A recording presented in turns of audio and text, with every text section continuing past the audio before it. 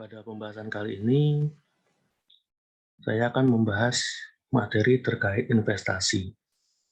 Investasi dalam hal ini bisa dilakukan terhadap sekuritas. Yang pertama adalah sekuritas utang, maupun yang kedua sekuritas ekuitas.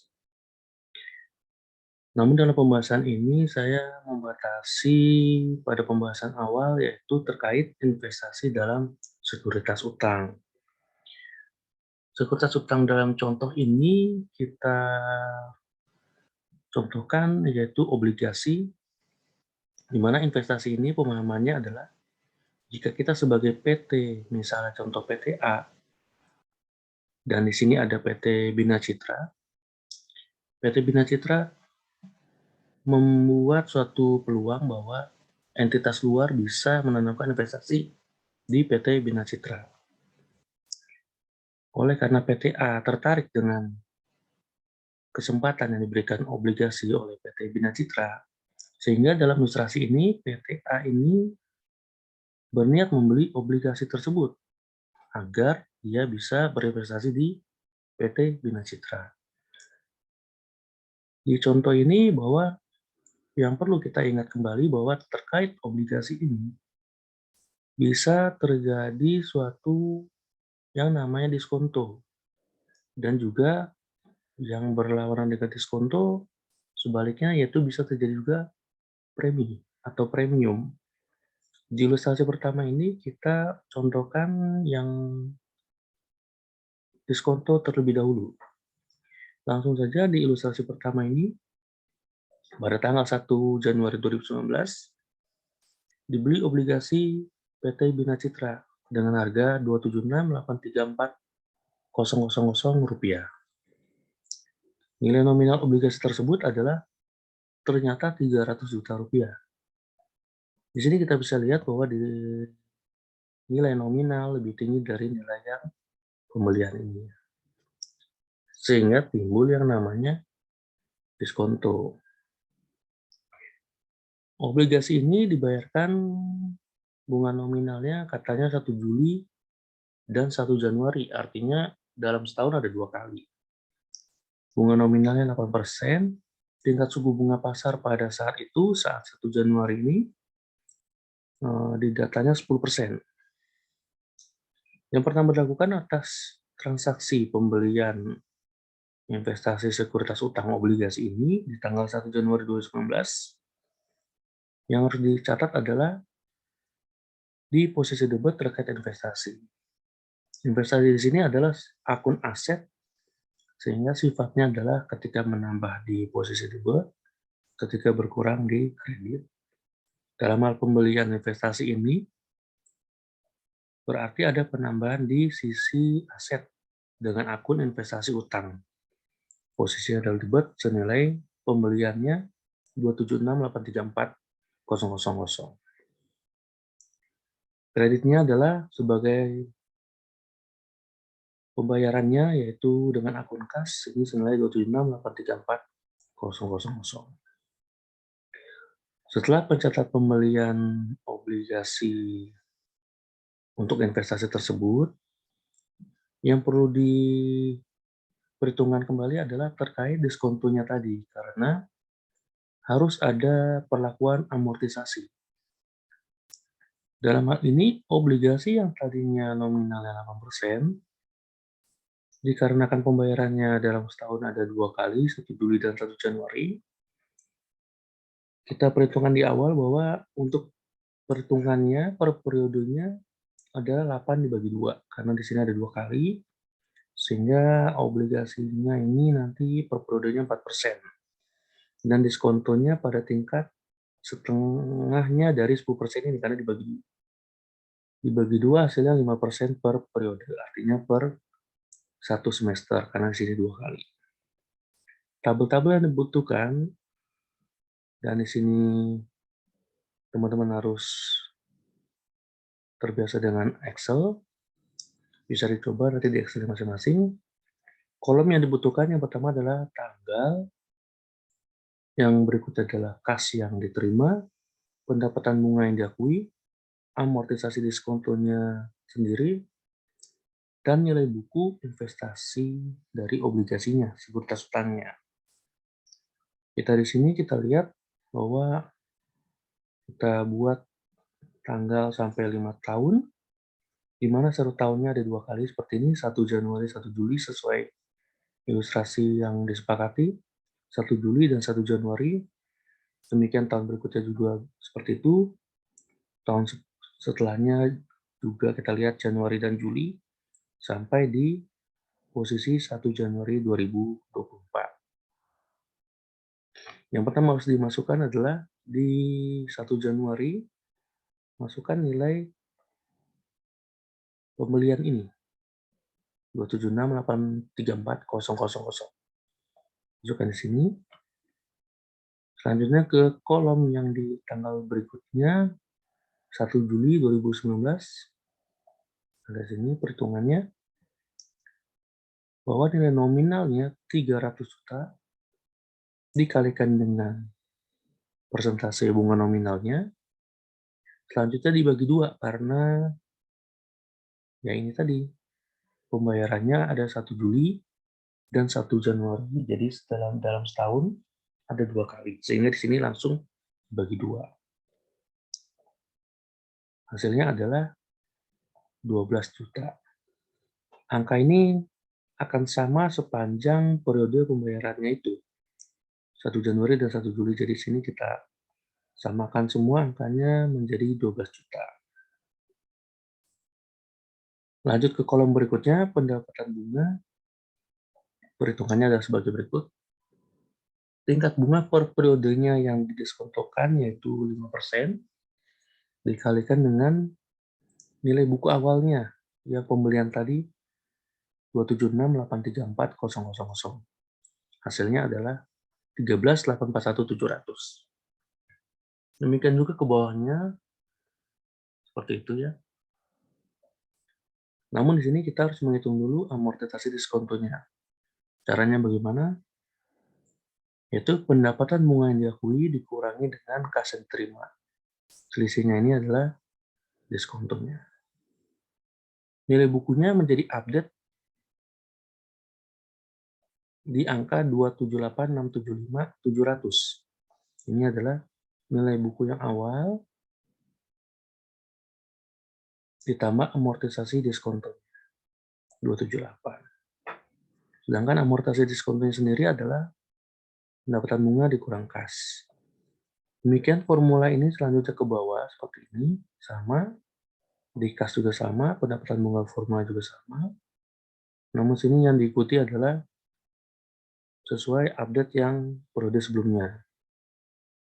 Ini juga sama, periode sebelumnya nilai bukunya ditambah amortisasi diskonto setelahnya. Di mana hasilnya nanti untuk pengecekan kebenaran perhitungan di akhirnya adalah senilai 300 juta di periode terakhir di sini. Namun di sini, di terakhir sini, di pendapatan bunga ini memang harus butuh penyesuaian. Demikian juga dengan di kolom amortisasi diskonto. Awalnya seperti berikut. Awalnya seperti berikut.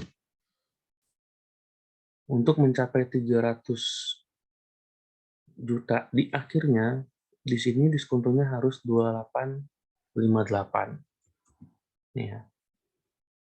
Namun di sini, karena ini disesuaikan di kolom amortisasi diskonto, agar nilainya nyambung, maka pendapatan bunga sini juga perlu disesuaikan. Jika ini dikurangin, hasilnya 2857.081 berbeda dengan 2858.376. Tetapi 2858 ini harus tempatkan di sini agar ini 300 juta. Maka ini perlu disesuaikan lagi yang di kolom ini. Harus ditambah 1295. Ini. Sehingga di sini semua selisihnya 0 dan 0. Kas di terakhir periodenya harus 12 juta. Pendapatan bunganya 14.858.376. Amortisasi diskontonya harus 28.58.376. Nilai bukunya tepat di 300 juta. Setelah tabel yang sebagai kertas kerja perhitungan sudah selesai, selanjutnya akan dilakukan penjurnalan.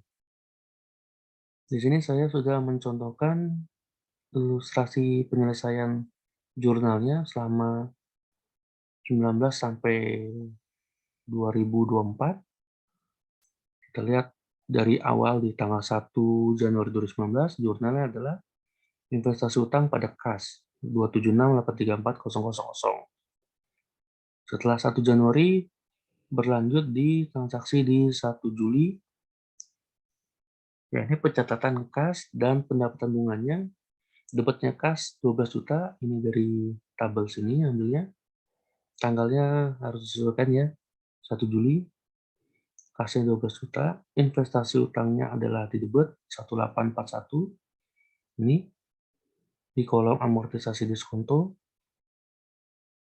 dan kreditnya adalah pendapatan bunga 13.841.700. Ya, ini dia. Untuk pengecekan jurnalnya adalah yang debit ini adalah yang kreditnya. Sejumlah yang kreditnya 13.841.700. Lanjut ke tanggal berikutnya adalah di 31 Desember 2019. Dikarenakan tanggal 1 Januari merupakan pembayarannya, untuk kebutuhan pembukuan akhir tahun, closing akhir tahun, butuh penyesuaian yang namanya akun piutang bunga. Di sini kita ambil 12 juta ini dari sini. Di periode setelahnya di 1 Januari ini dianggap 31 Desember, 12 juta dimasukkan di sini. Investasi utangnya 1933 diambil dari sini. Selanjutnya adalah pendapatan bunganya adalah 13.933 dari sini. Ini harus dicek kembali bahwa yang debitnya adalah sejumlah yang kreditnya. Selanjutnya, setelah penyesuaian di 31 Desember, lanjut ke tanggal 1 Januarinya adalah realisasi kas dari piutang bunganya, yaitu 12 juta dari jurnal awal ini menjadi kas, dan piutangnya berkurang di posisi kredit 12 juta. Karena jurnal ini memang ketergantungan dari tabel perhitungan, maka di sini perhitungan tabel ini teman-teman harus teliti, jangan sampai ada yang keliru, karena jika di tabel lembar kerja ini keliru, di tabel misalnya ini amortisasi diskonto keliru, maka akan keliru di jurnalnya nanti. Dicontohkan tadi tahun 2019 dan sampai akhir tahun 2019 atau 1 Januari 2020, jadi teman bisa lanjutkan ke tahun-tahun berikutnya 2020, 2021, 2022, sampai 2023, yang dimana pola linknya ini adalah berpola seperti ini, yang ini E23, ini 25, 27, 29, 31, dan kesemuanya ini adalah mengambil dari tabel. Ini sebagai pengecekan aja bahwa ini adalah berpola penambahan 2, 23, 25, 27, 29, 31. Begitu pula dengan yang investasi utangnya untuk tahun berikutnya, teman-teman tinggal menambahkan 2 aja, net G23, G25, 27, 29, 31. Pendapatan bunga juga demikian, teman-teman jumlahkan saja di sini, 13.841, atau kalau mau ngeling di sini nih, 13.841 F23. Jadi kita lihat contohnya saya ini, F23 pertama 2, F25, F27, F29, F31. Selanjutnya juga begitu untuk piutang bunga, diambil semua sesuai tanggalnya, atau jika memang ingin instan ya tinggal ditambahkan 2, E24, E26, E28, E30, E32. Ini berguna untuk pengecekan juga ya, bahwa semua harus selisihnya 2. Investasi utangnya juga berikut diambil dari tabel 1933. Berpola juga nih. 24, 26, 28, 30, 32.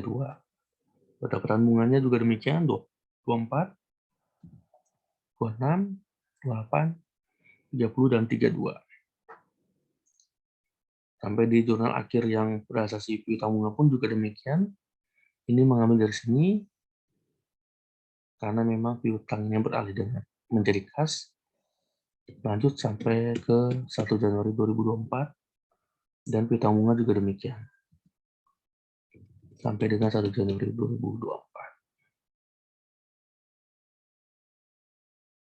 Dengan teman-teman menjurnal seperti ini, berarti teman-teman sudah menjurnal seluruh data yang di tabel perhitungan ini, perhitungan amortisasi diskonto ini. Untuk pengecekan, teman-teman juga bisa mengaplikasikan siklus akuntansi di mana setelah jurnal harus dicek ke buku besarnya. Dari sini bahwa ini sudah saya kasih formula supaya bisa menghitung secara otomatis. Dan ini saya klasifikasikan buku besar per tahun. Di sini ada jumlah debitnya, jumlah kreditnya. Buku besar ini saya hitung akun-akun kas, investasi utang, piutang bunganya, pendapatan bunga. Dimana nanti kalau teman-teman sudah hitung seperti ini, pengecekannya adalah seperti ini. Di sini nanti yang kuning ini selisihnya menjadi 0. Ini juga menjadi 0, ini menjadi 0.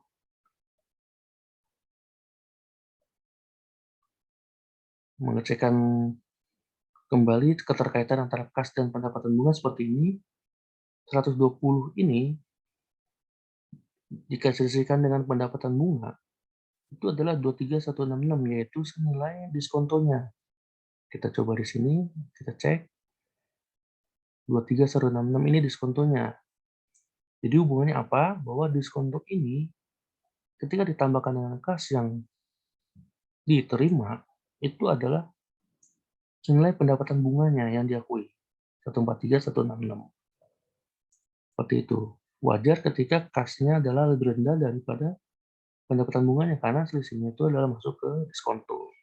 Senilai 23.166.000 di contoh ini. Lanjut, bagaimana penyajian investasinya di laporan keuangan? Yang pertama adalah laporan posisi keuangan atau neraca. Aset lancarnya terkait piutang bunga yaitu 12 juta di sini. Lihat sini di tanggal 31 Desember ini 2019. Dan untuk akun investasinya yaitu akun investasi utang itu 280.609. Dari tabel sininya. Ini karena kita mencontohkan 31 Desember 2019 atau 1 Januari 2020. Demikian juga untuk akun yang terkait di laporan BWI atau pendapatan bunga. Misalnya 27.775.485. Ini dia nih. Dijumlahkan dua ini karena memang setahun ada 2 kali pembayaran, yaitu 1 Januari dan 1 Juli.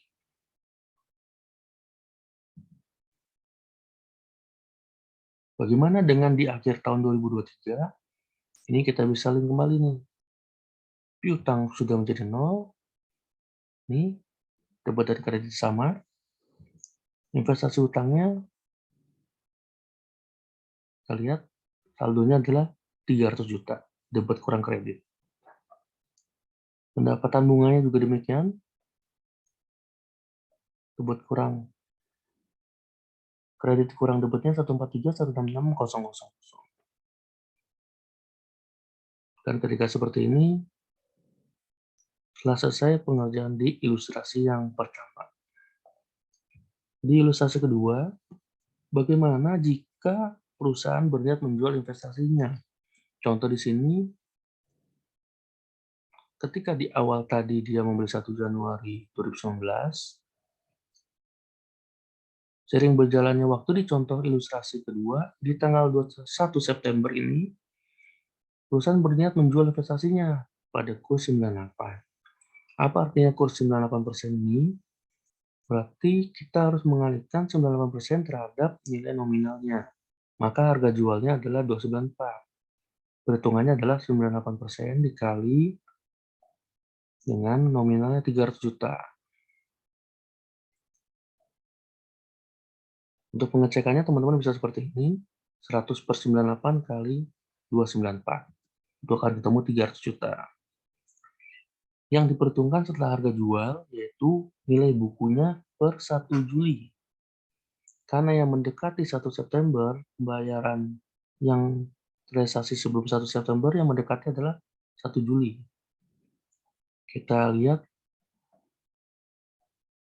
datanya 1 Juli, ternyata nilai bukunya 287.01.0555. Masukkan angkanya ke sini. Untuk mencapai 1 September, dari awalnya 1 Juli, berarti harus ada ditambahkan diskonto yang 1 Juli sampai 1 September. Ini kita coba bikin tabel bantuannya dengan kolom yang sama, ada tanggal, kas, pendapatan bunga, amortisasi konto, dan nilai buku. Ambil saldo di 1 Julinya, yaitu 12, 14, 2, dan 287. Namun setelahnya dihitung secara bulanan, di 1 Agustus, 1 September, sampai berikutnya, di sini contohkan 1 Januari 2022. Kita hitung di 1 Agustus, di sini dibagi 6, karena 12 juta ini adalah pendapatan 1 semester. Ketika yang dijadikan bulan dibagi 6, dapatlah 2 juta. Pendapatan bunganya adalah nilai buku di periode 1 Juli yang paling mendekati dibagi 6 dikali ini 5%-nya masih sama dibagi 6 karena ini hitungnya per bulan. Selanjutnya dikali sama nilai buku obligasi terdahulunya di bulan 1 Juli. Dikali 287.010, dapatlah pendapatan bunga 2391. Amortisasinya yang menjadi tujuan kita untuk perhitungan ini ada masih sama, formulanya pendapatan bunga dikurang kas. Dapatlah di 1 Agustus ini amortisasi 391.755. Nilai bukunya otomatis terupdate. Nilai buku 1 Juli ditambah amortisasinya di 1 Agustus. Demikian pula dengan September, di sini masih sama karena bulanannya 2 juta, kasnya, pendapatan bunganya diupdate dengan mengalihkan nilai buku yang periode sebelumnya. Tentunya dari persentase ini 5% dibagi 6 karena mencari bulanan, semester ada 6 bulan, dikali sama nilai buku periode sebelumnya yaitu 1 Agustus. Sehingga pendapatan bunga 1 Septembernya menjadi 2395019. Amortisasi diskontonya senilai 395.019. Nilai buku investasi obligasinya menjadi 287.797.329. Periode untuk yang kita butuhkan sudah kita hitung, yang saya warna ini, sehingga jumlah dari 2 amortisasi diskonto ini selama 2 bulan kita masukkan sini 786.774. Dijumlahkan nilai buku dari 1 Juli menjadikan nilai buku di 1 September senilai 287.797.329. Untuk mencari laba atau ruginya, itu harga jual yang 294 juta dikurang 287 ini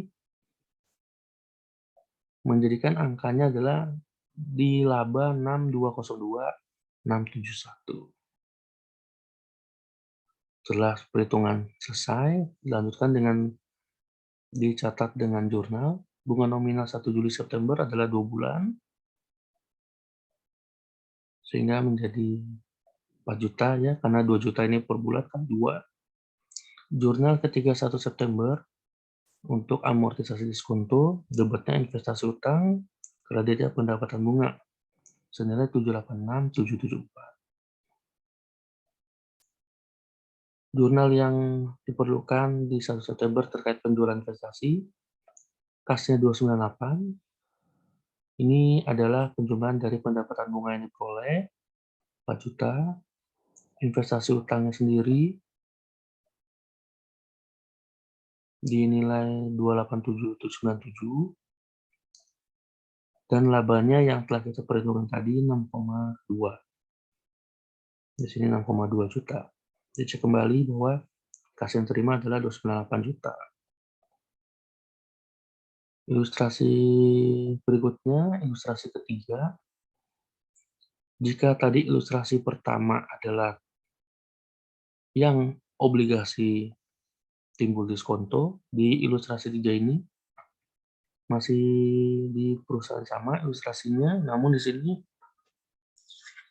yang memberikan kesempatan untuk obligasi adalah PT Bangun Karya. PT yang membelinya masih sama, yaitu PT yang tadi kita coba melakukan jurnal. Namun di sini dicontohkan obligasinya menghasilkan nilai premium. Kita lanjut saja, tanggal 1 Januari 2019, dibeli obligasi PT Bangun Karya, karena Bangun Karya ini ingin ada entitas luar yang investasi di PT-nya. Kebetulan PT kita ini sebut saja PT A, berniat untuk investasi di PT Bangun Karya, sehingga kita beli obligasinya. Senilai yang dijual yaitu 324.333 sekian rupiah. Namun nilai nominalnya ternyata 300 juta. Di sini kita bisa lihat bahwa kelebihan pembelian ini menimbulkan premi. Obligasi ini memberikan bunga nominal sama pembayaran 1 Juli dan 1 Januari. Bunga nominal 10%, tingkat suku bunganya 8%. Berkat pembelian obligasi ini yang di jurnal di awal adalah pencatatan investasi utangnya, yaitu debit investasi utang 324,3 dan kreditnya kas senilai 324,3. Untuk selanjutnya, seperti yang diskonto, di amortisasi premi juga diperlukan tabelnya, yang ada kolom tanggal, kas, pendapatan bunga, amortisasi premi, dan tentunya nilai buku investasi obligasi. Ada perbedaan di sini kalau kita lihat tabelnya. Nilai buku ketika premi ini adalah dari yang tinggi menjadi rendah di sini. Dibandingkan dengan diskonto yang sebelumnya, di sini dari lebih rendah menjadi tinggi sehingga sampai 300 juta. Untuk pengisian tabel ini kita masukkan nilai pembelian awalnya di 1 Januari 2019, yaitu 32433 ini masuk di sini. Lanjut ke tanggal berikutnya, pembayarannya adalah setelah 1 Januari adalah 1 Juli. Kasnya adalah dengan perhitungan seperti berikut. 300 juta dikali 10%, namun karena setahun ada 2 kali dibagi 2. Sama nilainya untuk setiap periode pembayarannya, 15 juta. Di kolom berikutnya pendapatan bunga, tingkat bunga efektifnya 8% dibagi 2 karena periodenya ada 2 dalam setahun, ada 2 semester. Menjadikan perhitungannya 4% dikali dengan nilai buku di periode sebelumnya, yaitu 324.333. Amortisasi preminya adalah dengan menghitung kas yang diterima dikurang pendapatan bunga. Di 1 Juli nilainya 2026667. Nilai bukunya menjadi update seperti berikut. Nilai buku yang sebelumnya ditambah dikurang dengan amortisasi premi. Demikian seterusnya di periode berikutnya, perhitungannya ikut mengupdate dari nilai buku obligasi periode sebelumnya dikurang dengan amortisasi periode berjalan ya. Selanjutnya sampai dengan akhirnya menjadi 300 juta. Sama seperti yang diskonto tadi, di pendapatan bunga di akhir periode dan amortisasi premi perlu adanya penyesuaian. Awalnya tadi seperti berikut.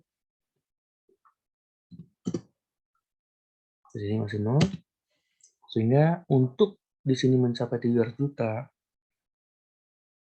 di kolom ini harus 2885 534. Namun ketika di sini disesuaikan, di sini menjadi tidak sesuai, maka perlu disesuaikan lagi mengurangi 955. Sudah pas angkanya antara kas, pendapatan bunga, amortisasi premi, nilai buku obligasi di periode akhirnya. Dicek kembali ketika sudah yakin lembar kerja perhitungannya ini, lanjut ke jurnal. Sama seperti yang awal, namun perbedaan di sini investasi utangnya ketika awalnya di diskonto debit, di premi ini jurnalnya menjadi kredit. Sama prinsipnya akunnya kita lihat ini sama kas investasi utang pendapatan bunga, namun posisinya adalah investasi bunga utangnya di kredit. Angkanya juga demikian berpola, misalnya 23, 25, 27, 29, 31. Ini saya berikan tahu berpola seperti ini supaya memudahkan untuk pengecekan juga.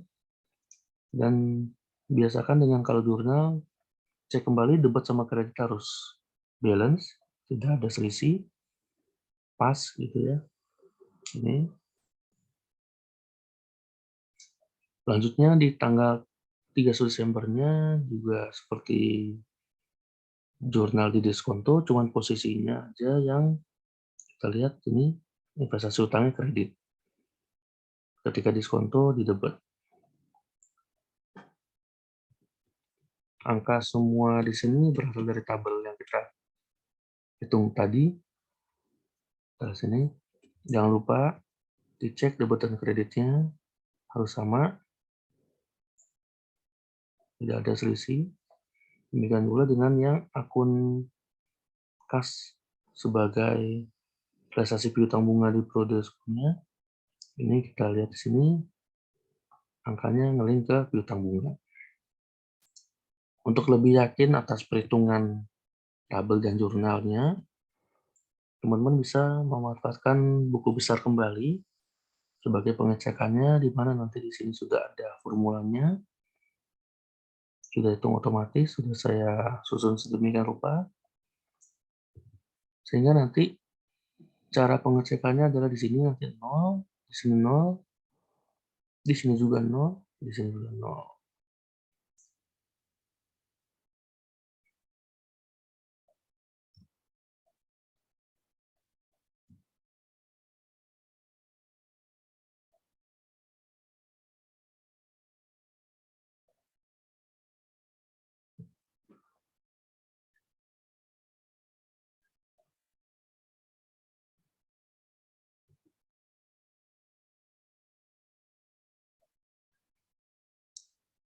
Teman-teman bisa cek kembali bahwa hubungan antara pendapatan bunga dan kas seperti berikut. Selisih dari kas yang didebit dengan pendapatan bunga yang dikredit itu adalah 24,3, yang mana ini merupakan selisih dari kas yang diterima dengan pendapatan bunga yang diakui. Dan di sini ini adalah premiumnya, karena di contoh ini investasi utangnya menghasilkan premi. Demikian materi yang bisa saya sampaikan pada pertemuan kali ini. Jangan lupa dipahami lebih dalam lagi mengenai bagaimana cara perhitungan tabel amortisasi premi ataupun amortisasi diskontonya. Selanjutnya jurnal-jurnal yang diperlukan, bagaimana supaya melatih ketelitiannya, bagaimana pengecekannya terkait buku besar yang dihasilkan dari jurnal yang dilakukan, yang dibukukan. Demikian, sampai bertemu di materi-materi berikutnya.